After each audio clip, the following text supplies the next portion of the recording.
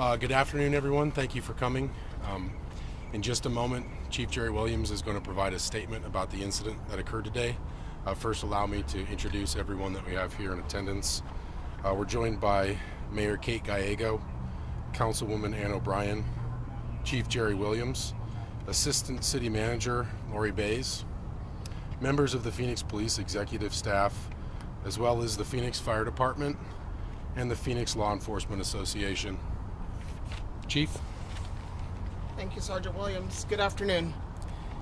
Here I am once again, standing before you delivering this type of news outside of a hospital.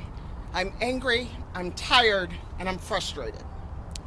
Today, one of my officers was shot and critically injured. I'll remind you that I've had 8 officers shot and 13 injured during the 4 critical incidents that we've had in the last 4 months as of today.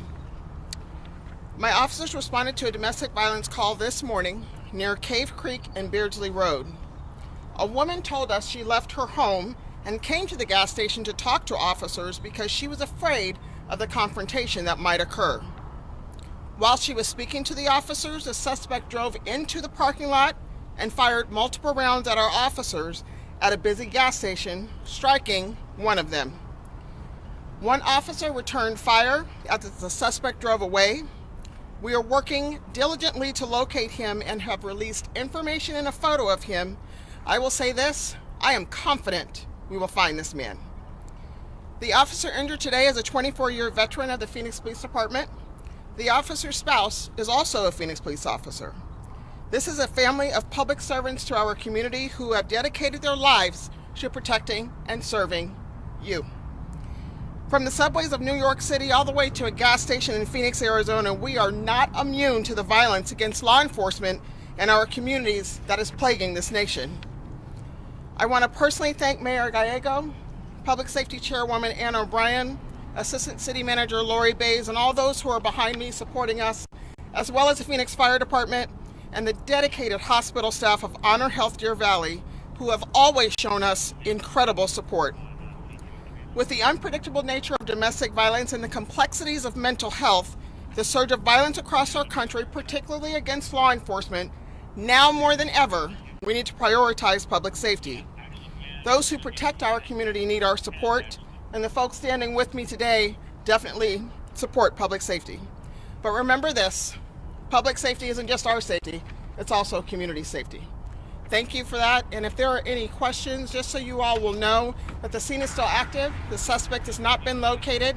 To our community members, if you see the photo or see the individuals, please do not approach. Call 911, it's a very dangerous individual. I can tell you this about the officer. She's a wife, she's a mom, she's a dedicated public servant, and we're very hopeful and prayerful that she'll pull through just fine. So please keep all of our officers in your thoughts and prayers, as well as the dispatchers who take those dangerous calls for service. We thank you for being here today, and we'll update you when we have further information. Thank you. Thank you, Chief. As the Chief stated, it's a very active, ongoing investigation. It's only a few hours old. I can attempt to answer some very basic preliminary questions. However, information is very limited at this time. Is the suspect related to the initial call?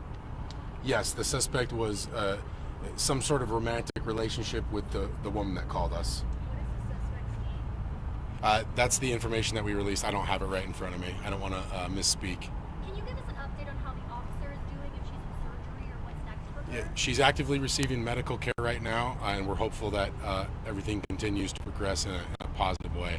Can you tell us how many shots an officer fired at the scene? No, that's still being investigated. As I said, we're only about 3 hours into this.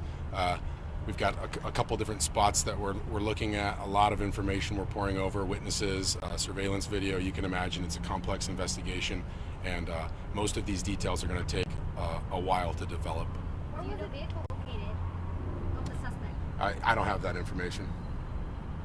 So as soon as we get more information, we'll make sure that we update you all. You all have been great supporters of us when we want to push out information. But again, we want to make sure that the community does not approach this individual. If they see or find him, please call 911. Thank you. Can you tell us if a